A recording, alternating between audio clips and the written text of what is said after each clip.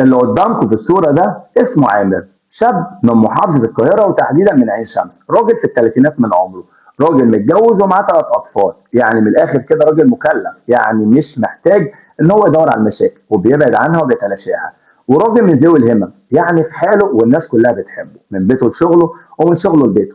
بس اللي حصل لعامر كانت صدمة كبيرة، خصوصا إن هي من أقرب حد ليه ومن لحمه ومن دمه. كل ده ليه؟ عشان خاطر احنا معانا على الارض ناس عايشه الشياطين بتستعيذ منها. هو ايه الحكايه؟ ما يلا بينا عشان ما اطولش عليكم واحكي لكم ايه اللي حصل لعامر عشان نطالب برجوع حقه. يلا بينا. عامر زي ما قلت لكم كده من بيته لشغله ومن شغله لبيته.